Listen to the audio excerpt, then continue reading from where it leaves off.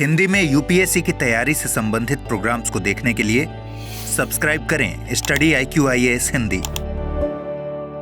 नमस्कार। अगर मैं आपसे कहूं कि पृथ्वी के समीप एक ग्रह का निर्माण हो रहा है, वो भी दो धूमकेतुओं के अर्थात एस्ट्रॉइड्स के टकराने से, तो शायद आपको जानकर आश्चर्य हो।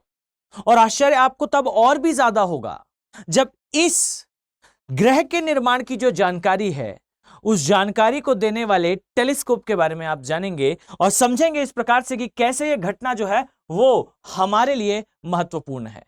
तो आइए सबसे पहले खबर पर नजर डालते हैं। जैसा कि आप यहां देख पाएंगे कि भाई वास्तविकता में बीटा पिक्टोरिस नाम से एक तारामंडल है। और अगर मैं इस तारामंडल की बात करूं तो भाई ये तारामंडल आपको पृथ्वी से लगभग 63 प्रकाश वर्ष दूर दिखाई देगा। अब ये जो तारामंडल है, इस तारामंडल की जो आयु है, आप स्पेसिफिकली अगर देखें तो ये लगभग 2 करोड़ वर्ष बताई जा रही है, अर्थात ये एक नया तारामंडल है। अब नो डाउट आपके दिमाग में एक प्रश्न आएगा।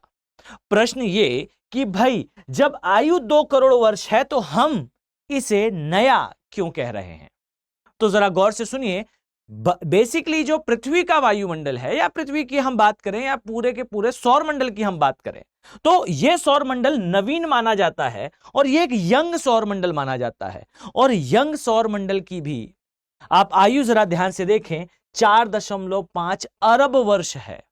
यानी कि जिस सौरमंडल में हम निवास करते हैं यह नवीन और इवन यंग माना जाता है। और यंग होने के बाद भी इस सौरमंडल की जो आयु है, आप पाएंगे कि 4.5 अरब वर्ष मानी गई है। यानी कि आप इसकी आयु से अंदाज लगा सकते हैं भाई कि एग्जैक्टली जो तारामंडल हमें दिखाई दे रहा है, इसकी आयु काफी ज्यादा कम है, यह काफी नया है। अब अगर हम बात करें कि भाई एग्जैक्टली जो टेलीस्कोप है, इससे हमें जानकारी क्या मिलती है, तो सबसे पहली बात तो भाई इस बात को समझे कि जिस तारामंडल की हम बात कर रहे हैं, यह तारामंडल लगभग 20 वर्ष पहले खोजा गया था। इसके डेटा कैप्चर हुए थे। यानी कि जो तारामंडल आज के समय हमें दिखाई दे रहा है, जिसमें ग्रह बन रहे हैं, समझिएगा इस बात को कि यह तारामंडल अभी खोजा नहीं गया। तारामंडल बहुत पहले ही खोज लिया गया था, लेकिन अभी रिसेंट में इसका जब ऑब्जर्वेशन करा गया, तब आप पाएंगे कि साइंटिस्ट का यह कहना है कि भाई इस तारामंडल में कहीं 2 धूमकेतु या फिर क्षुद्र ग्रह, ये बेसिकली बड़े आकाशीय पिंड हुआ करते हैं।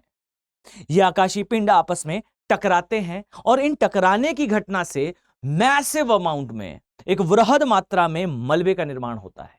अब यहां जरा बात को ध्यान से सुनिएगा।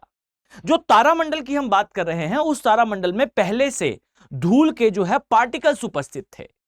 और अब जो रिसेंटली घटना हुई है, उसमें कहा यह जा रहा है या तो 2 धूमकेतु या तो फिर क्षुद्र ग्रह अर्थात एस्ट्रॉइड्स या कॉस्मेट्स जो हैं वो आपस में इस स्थान पर टकराए होंगे। और टकराने की इस घटना ने बेसिकली ट्रिगर करा है उस इवेंट को जो इस स्थान पर प्लैनेट फॉर्मेशन के लिए आवश्यक है। अब कहीं ना कहीं आपके दिमाग में प्रश्न आ रहा होगा कि भाई धूमकेतु के टकराने से हम प्लैनेट के निर्माण की कैसे चर्चा कर रहे हैं? तो ध्यान से समझिए, वास्तविकता में प्लैनेट का फॉर्मेशन कैसे हो रहा है, आप इसे इस तथ्य से समझ सकते हैं कि वास्तविकता में, रियलिटी में प्लैनेट का फॉर्मेशन किस प्रकार से होता है। बहुत ही सहज घटना है, परंतु इसे समझना काफी आवश्यक है। अगर मैं आपसे कहूं कि भाई ये कोई प्लैनेट है, मान लेते हैं कि ये है भाई अर्थ।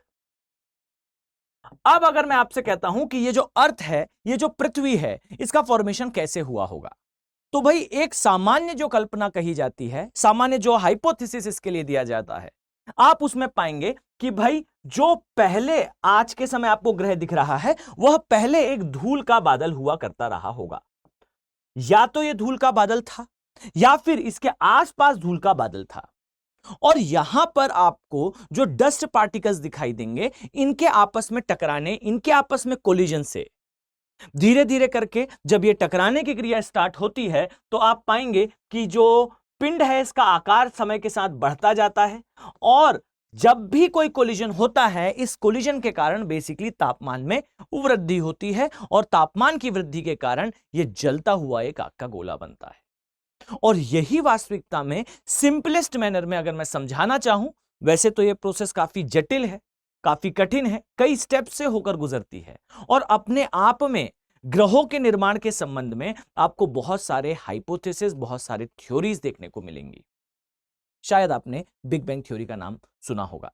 अब इसी प्रकार से अगर हम देखें तो नटशेल हम इस बात को कह सकते हैं कि भाई जिस भी ग्रह की आज हम चर्चा कर रहे हैं, उस ग्रह की एक शुरुआती स्टेज ये थी कि वो ग्रह वास्तविकता में एक जलता हुआ आग का गोला रहा होगा।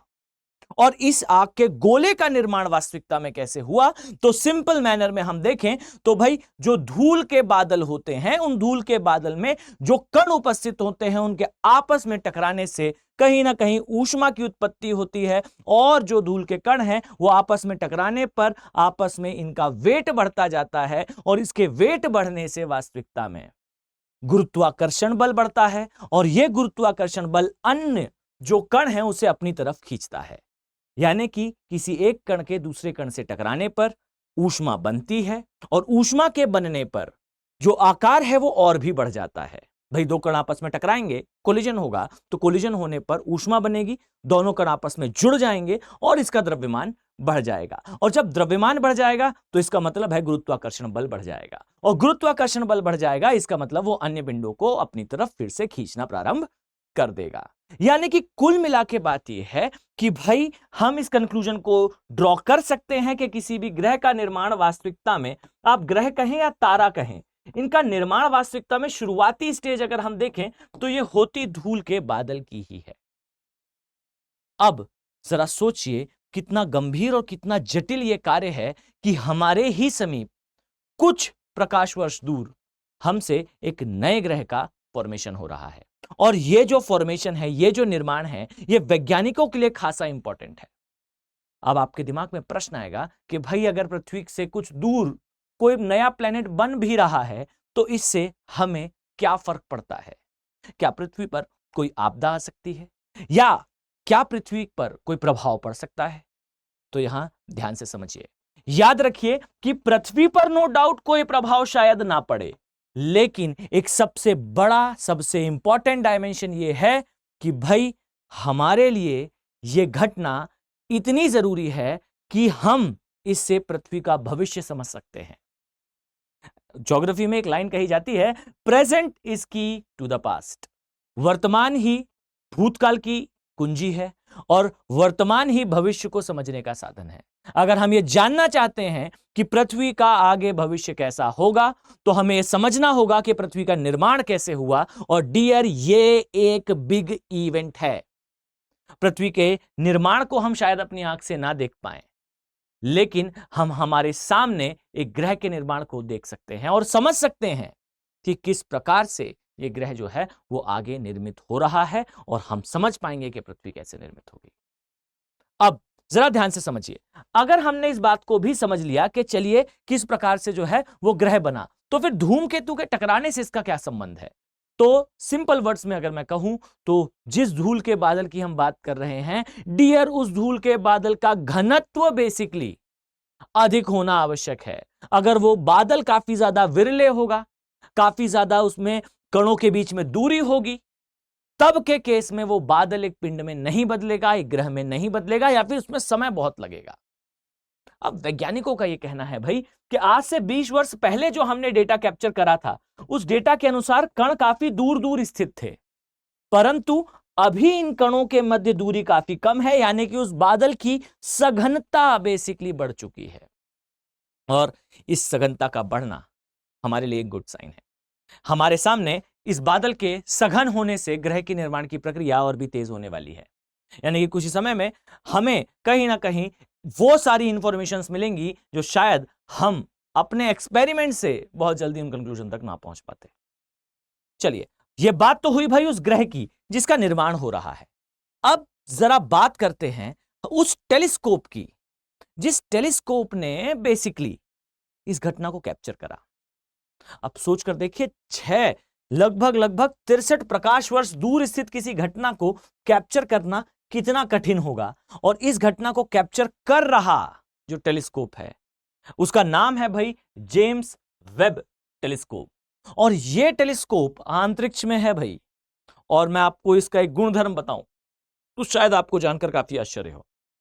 यह वो टेलीस्कोप है जो कि वास्तविकता में दूर घटित होने वाली घटनाओं को ना केवल कैप्चर कर सकता है, इवन हम जिस प्रकाश को अपनी आंखों से देख भी नहीं सकते, जी हां, कंफ्यूज ना हो, हम आंखों से प्रकाश की उपस्थिति में चीजों को देख सकते हैं पर हम प्रकाश नहीं देख सकते।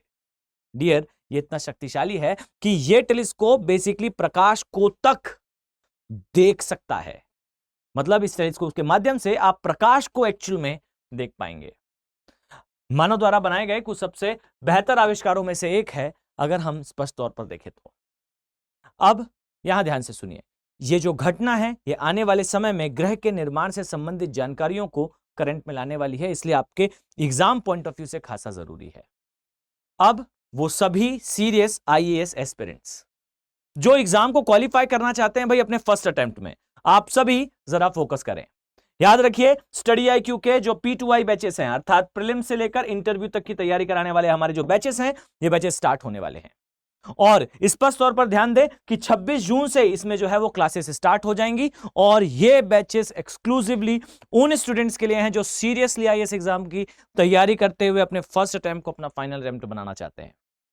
ना केवल कोर्स को कंप्लीट करना, 1-to-1 मेंटरशिप, ना केवल सिलेबस को कंप्लीट करना, बल्कि उसके रिवीजन के लिए आपको स्पेसिफिकली सक्सेस इन प्रीलिम्स के प्रोग्राम के तहत सुविधा दी जाएगी।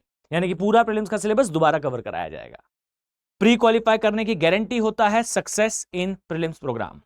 और साथ ही प्री क्वालिफाई होते ही स्टडी आईक्यू अपने खर्चे पर अपने प्रेमाइसेस में दिल्ली में आपको बुलाएगा और आपकी तैयारी सारी कराएगा, वो भी निःशुल्क। आपको केवल इतना करना है कि आपको तय तारीख से पहले इन बैचेस में एनरोल कर लेना है 29,999 की एक्सक्लूसिव प्राइस पर। यहां विशेष ध्यान दें, आपको यूज करना है AK लाइव कोड का। ध्यान दीजिए, AK लाइव कोड। अगर आपको मैक्सिमम डिस्काउंट चाहिए, यानी कि आप कम से कम कीमत में इन बैचेस का पार्ट बनना चाहते हैं, तो नोटिस करें, द कॉस्ट आपको जो दिख रही है ये तभी मिलेगी जब आप फैकल्टी कोड का यूज करते हैं, that is AK live code का। तो AK लाइव कोड को यूज करिए, इन बैचेस का पार्ट बनिए, आपके फ्यूचर के लिए आवश्यक है। अब दूसरी इंपॉर्टेंट चीज, अगर आपका भूगोल वैकल्पिक है भाई, तो आपके पास अपॉर्चुनिटीज बहुत लिमिटेड है। एक्सक्लूसिव बैच है, मैं इन बैचेस में आपको ज्योग्राफी ऑप्शनल पढ़ाने वाला हूं। आप ज्योग्राफी ऑप्शनल सब्जेक्ट को ऑप्ट करके ना केवल अपने मेंस के स्कोर को बढ़ा सकते हैं, यानी कि ऑप्शनल लेने पर यह ऐसा ऑप्शनल है जो आपको 300+ मार्क्स स्कोर करने में हेल्प करेगा। ना केवल इतना, ये डियर वो ऑप्शनल है जो सबसे ज्यादा डोमिनेट करता है यूपीएससी के प्रिलिमिनरी एग्जामिनेशन को। दिस इज ऑप्शनल जो कि सबसे अधिक डोमिनेट करता है यूपीएससी के प्री को।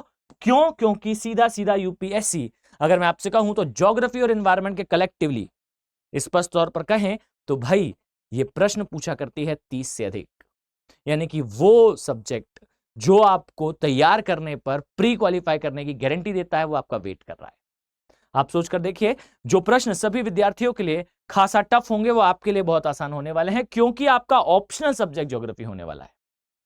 मैं उम्मीद करता हूं कि आप इन बैचेस का पार्ट जरूर बनेंगे। ध्यान दीजिए, इन बैचेस में एडमिशन की अंतिम तिथि जो है वो 30 जून है। और स्पेसिफिकली आपको याद रखना है, 15,999 की कॉस्ट आपको तभी मिलेगी जब आप यूज करने वाले हैं code, that is AK live code.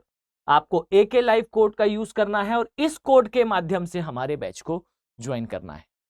Join करते ही आपको बैच का एक्सेस मिलेगा और मेरे साथ आप अपने ऑप्शनल की जर्नी को नेक्स्ट लेवल पर लेकर जा सकते हैं।